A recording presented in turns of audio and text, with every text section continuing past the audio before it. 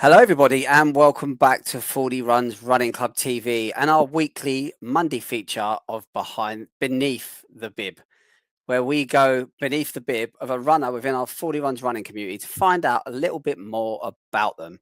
We've got stories of everything you could ever dream of and imagine behind these runners, because every runner definitely has a different story to tell. And before we kick this one off, I just want to say a big thank you for all the kind feedback and amazing comments and love we got for last week's show with the amazing Sam Kirchin. And that just goes to show that there is so much depth and so many stories behind every single bib. And we're going to find out so many more. We're going to have the tragic stories like last week, but then we're going to move on to happier stories of finding love and becoming part of a running community and traveling the world. As tonight, we are talking to a 40 Runs Running Club member. That is Sarah Pointer. Good evening, Sarah, and how are you? Evening, Hayden. I'm very well, thank you. Good. It's good to have you here. We're going to delve into a little bit about you, and we're going to find out stuff that people within the community, even though you're very well known within the community, there's still going to be things that people definitely do not know about you. So we're looking forward to this one, and we're going to get straight into it. And we're going to say, Sarah, as we start every Beneath the Bib, we want to know, tell us a little bit about a young Sarah, you growing up, where you grew up, a little bit about yourself up until your teenage years, just before maybe you started all this running stuff and everything else. Tell us a bit about yourself, mate. Oh, God. So I was born and brought up in southeast London, London Borough of Bromley, and I absolutely hated anything to do with fitness, running, gyms, the lot, cross-country running at school. I bunked off that. I was not doing that at all. So the teenage me, the younger me, was just not into anything remotely keep fit at all. That started very, very late in life. Okay, so what was a young Sarah going for a tinge? What was Sarah into apart from probably smoking fags and bunking off school? I just bunked off cross country. I was a bit of a swot at school, class prefect and all that malarkey. Ooh. I really did enjoy studying. So I didn't really do much, like outside of school. I did have a job from about 14 at a local pub, glass collecting and that, but I didn't really do much socialising. I did my A-levels, then I went to college, initially to be an accountant, and then decided I didn't. Stay away from that. It's a boring job, that one. Well, I hated double-ended bookkeeping, so I went into law, and now fast forward 30 odd years, and I'm doing finance and accounts in a law firm. So the best of both worlds. Your dream has come true. You got the best of both. best of both worlds. So I qualified as a solicitor, and now I'm doing costs and accounts. So yeah, so I get the figures. But yeah, I was a bit of a geek at school. Nothing wrong with that at all. So I have so before people come on to Beneath the Bib, we always do a little bit of not research, but I have a look in your Facebook. I've looked through pictures, and I've seen a picture of you in military uniform. Tell us a bit about that. What is that? And I think you was playing a musical instrument as well. I was playing a bugle. So I was bugle major for the Farnborough Royal British Legion Corps of Drums. Wow. I think we ran for about 3-4 years, but then disbanded because it was very much, there was a lot of kids, youngsters in the band, and they just, gaming and everything else but wanting to come along and rehearse. But I performed in the Lord Mayor's show twice. We went over to Germany, and we were in a military tattoo, performed in a military tattoo with the band of the Blues and Royals, which was what sort of age are we talking about here? Is this youngsters thing, or is it? No, this was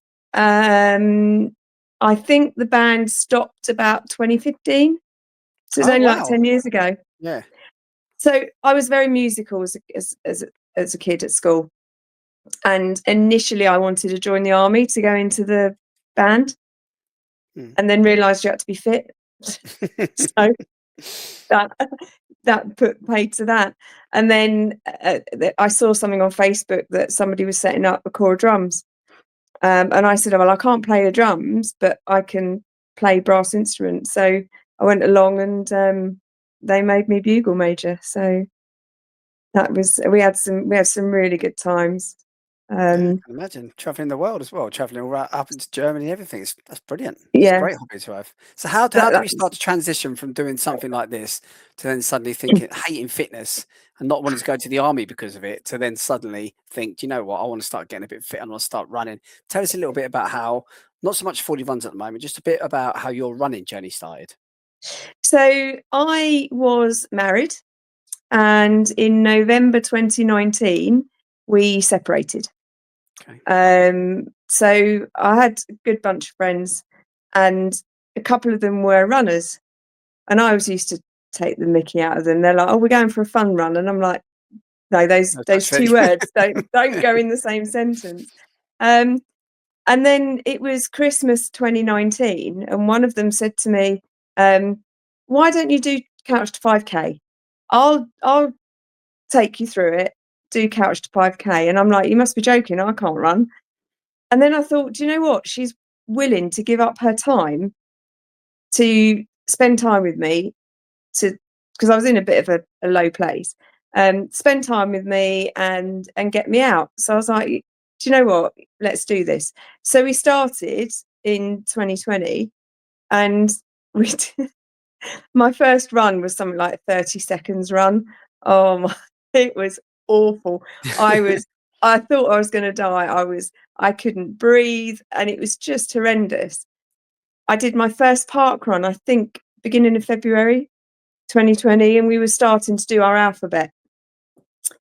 And I was really enjoying it. And then obviously a little thing called COVID popped up. So bang went the parkrun journey for a bit.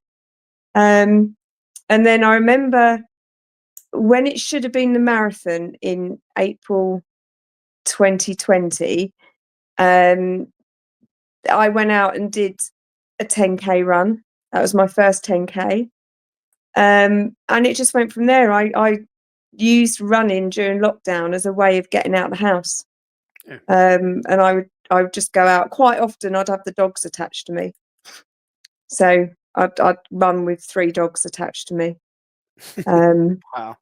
and it was You had just no choice to run then. You just got to get on because they're going to take you otherwise. yeah. They did a few times. I face planted because of them. But it's just an escape from sitting in a house on my own working. There was nothing else, so I could get out during the day. It was a great excuse, and obviously got fitter. Yeah, fantastic. Yeah, as you say, Um, there's so many bad things, so many negative things with COVID and lockdown, but you hear some stories that come out of it that quite positive. So, and obviously, this is for you. Obviously, ultimately, become a bit of a positive experience. So, yeah, it's a good yeah. thing. So, how did you start to then find? How far into your running sort of journey, if we can call it that, did you start to find 40 runs? So I think it was 2023.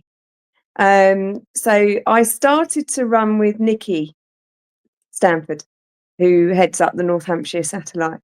And I met her through another running club.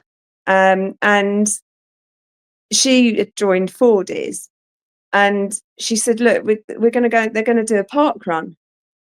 Um, should we go down and do it?" And that was Isle of Wight, the extreme. So I was like, "Why not?" So I think that was August 23 was my first event. Yeah. So we got the ferry because we missed. Well, we couldn't get on the hovercraft, so we went over on the ferry, and it was just the most fun day.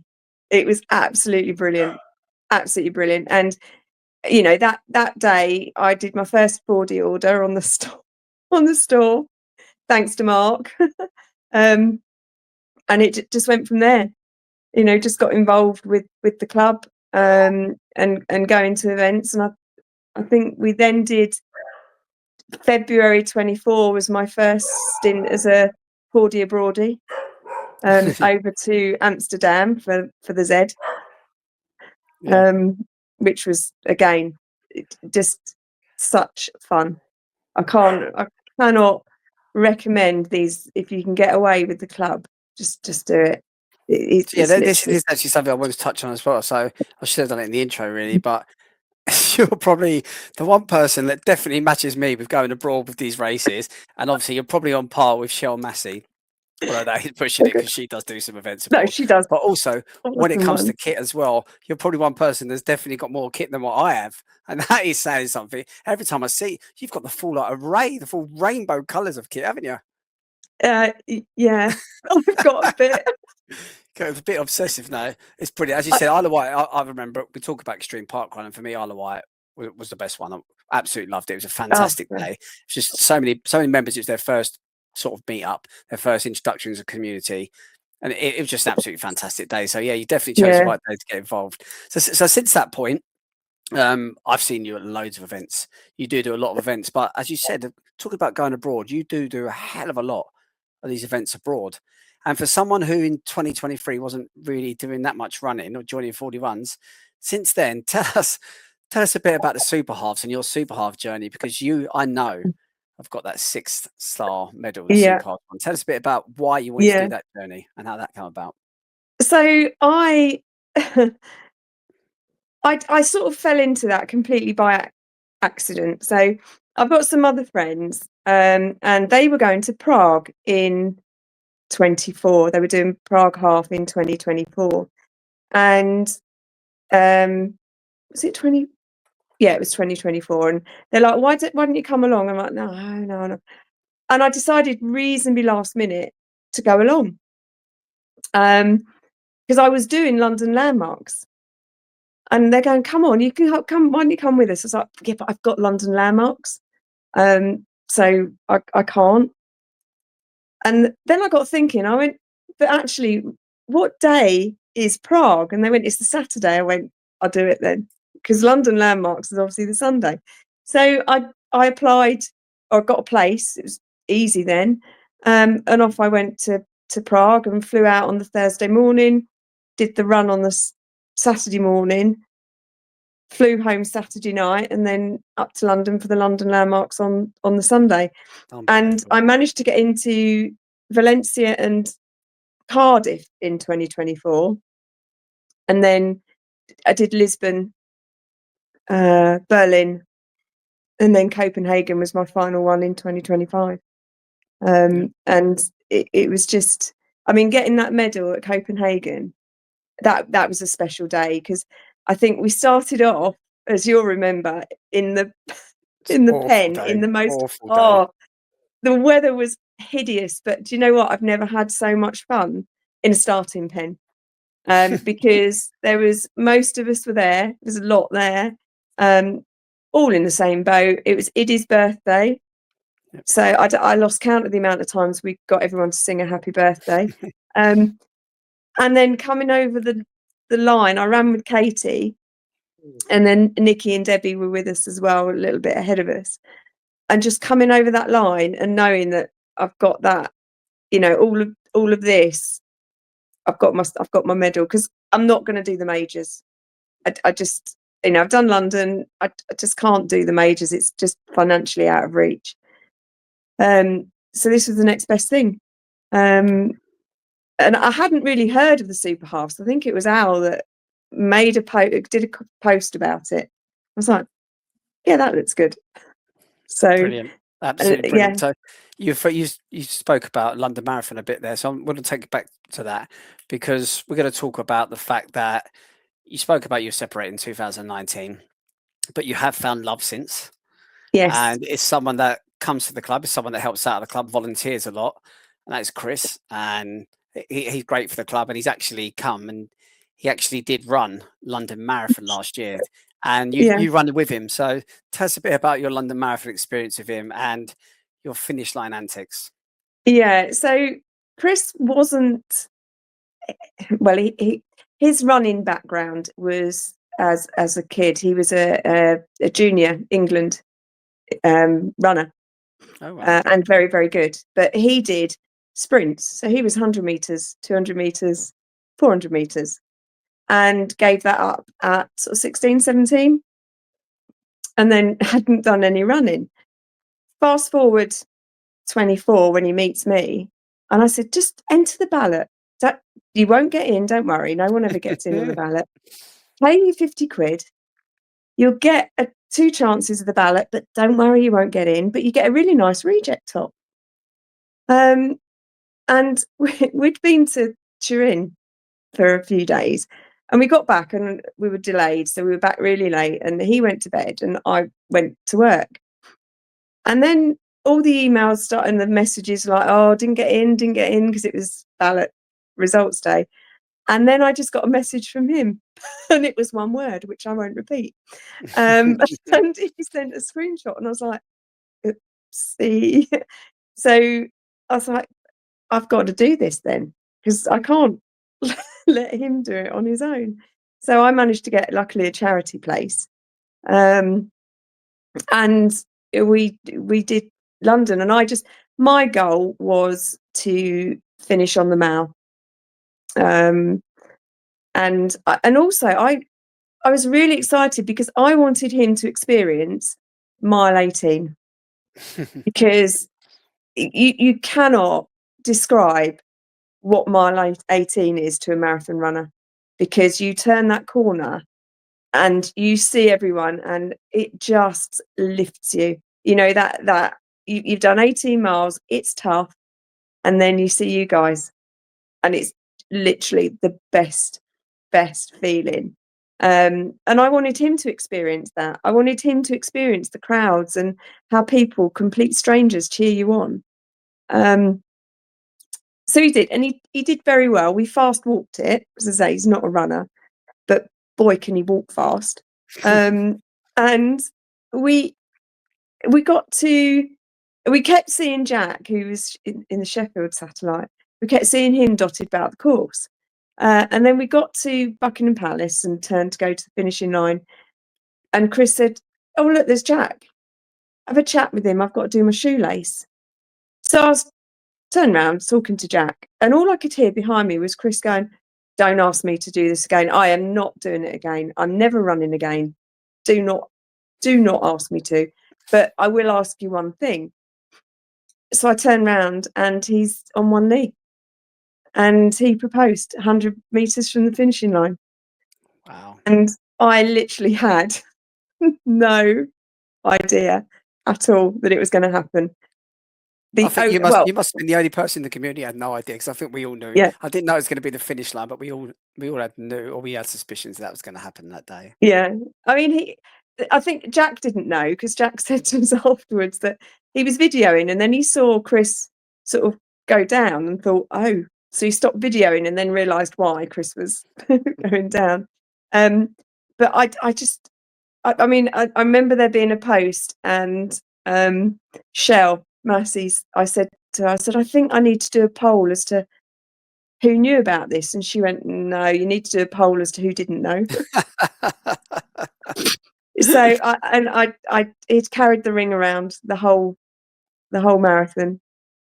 Looking back, there was some odd things, like on the train on the way, he kept saying to me, "Oh, Google this and Google that." And I turned around to him, "What's wrong with your phone?" But it was in his pocket, keeping the ring there, and he didn't want to get his phone out in case the ring fell out. Wow. There was just little things, but yeah, I had no idea. So it's a proposal you're never going to forget. No one forgets their proposal, but everyone else watching, they won't forget it. Being proposed to just before you cross the London Marathon finish line by 2 people who are actually running it is pretty special. He's done well. And he did say it was, as soon as he got that place, that was his sole intention. Yeah. Was to propose. That was it. So he'd planned it from June 24. And when are you getting married? That's the big question. When's the big day? So big day is 29th of May next year, 27. Bank holiday weekend, so people have got the weekend to get over it. Brilliant. Yeah. So we're doing a joint stag and hen. Everyone's welcome. Lanzarote this year. Lanzarote. I know a few people that are going to be out there for that this year. So combining that sort of like relationship element with a community, with a race, and it's just something it's starting to become natural and starting to hear all the time of now. It's fantastic. It's good to see. It's great to see a smile on your face. It's obviously making you very happy. So what have we got planned this year then, race-wise? Looking forward to the rest of the year. So it's a bit of a slower year. I mean, last year was manic. It's a bit of a slower year. I've not got many events booked. I've got Farnborough Half in February. I'm pacing that. I'm the run walk pacer, doing that with Debbie and Nikki, which is quite nice. No pressure. Probably 2:30, 2:45, but a 3-minute run, 1-minute walk, and Nice. just to get everyone round. Hampton Court Palace Half, which is, I love that one. So when you dress Usually up, do don't that. you? Yeah, do that in fancy dress. Then Kingston Breakfast Run. I'm doing that for my long run because I will also probably be doing Manchester Marathon.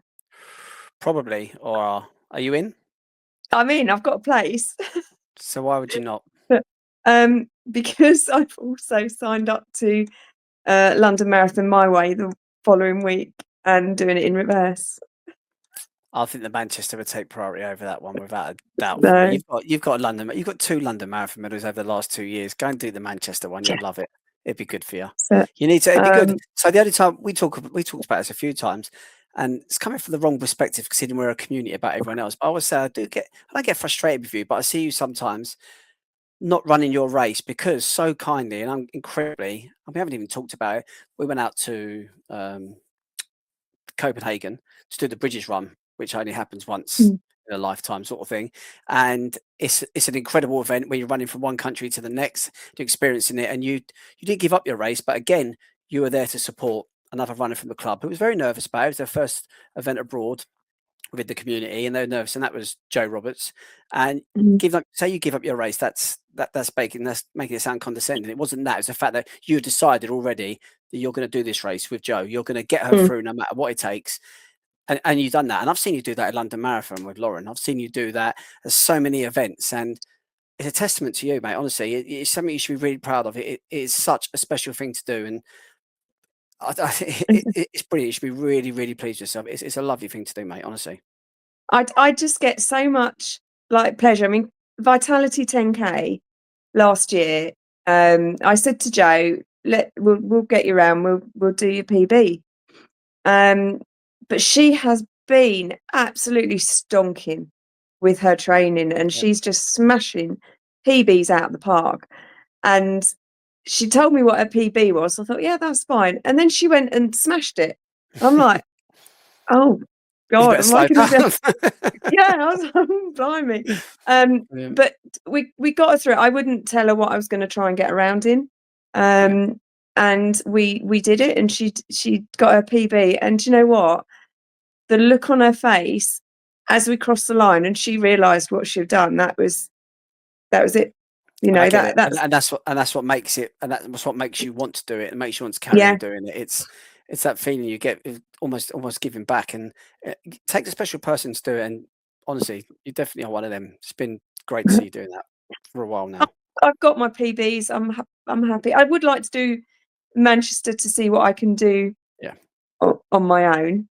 yeah, But I'm more than happy to run with people to help them. You know, that's that brilliant. gives me more pleasure. No, that's brilliant. And that's what makes you a very special member of this community. So before we wrap this up. Tell us one thing about Sarah Pointer that you think no one else in the community is going to know. It's got to be one thing about you, one fact, something about you that you think everyone's going to be like, "Oh, really?" Uh, Put you on the spot, and I. yeah, gosh, you have put me on the spot. We probably touched on it at the beginning that I was a bugle major for a corps of drums, Yeah, and was in the Lord Mayor's show a couple of times. love Um, it. you know, it's not the musical background doesn't come out at all. Yeah. Um, Separate side to it. so People, as I said, people. The only reason I didn't even know about the musical side. The only reason I knew is I was just going through your picture. I just saw a picture of you in uniform. I was like, oh, "That's interesting. I better ask about that." So that's a great yeah, little thing to give us. that and I used to love it because I was probably wearing medals as well in Yeah, I the think you were. picture, Yeah. and they were my granddad's medals. So the fact that I could display my granddad's medals as well was really nice because he never wanted them, Yeah. but my dad got them, and when I joined the corps, he's like, well, you can have the medals because you can wear them. So Lovely. yes, that's Honestly, probably a Sarah, fact. it's absolutely brilliant. You're a fantastic member of this community. You give up a lot for other people. We see you down at Surrey, we see you at Camberley, we see you at North Hampshire, we see you at races all over the world. It's absolutely fantastic and a real honour to have you as part of this community. So Thank thank you you. for your time tonight and for us going beneath the bib with Sarah. Really enjoyed it, and hopefully people found out something new about you. They definitely would about the playing the bugle, without a doubt. It's been great talking to you, Sarah. Listen, you take care, and we'll catch up with your race soon. So thanks everybody for watching. Keep tuned in for next Monday, where once again we will go beneath the bib to find out more about one of our runners within this community. Thanks for watching. I'm gonna catch up with you soon.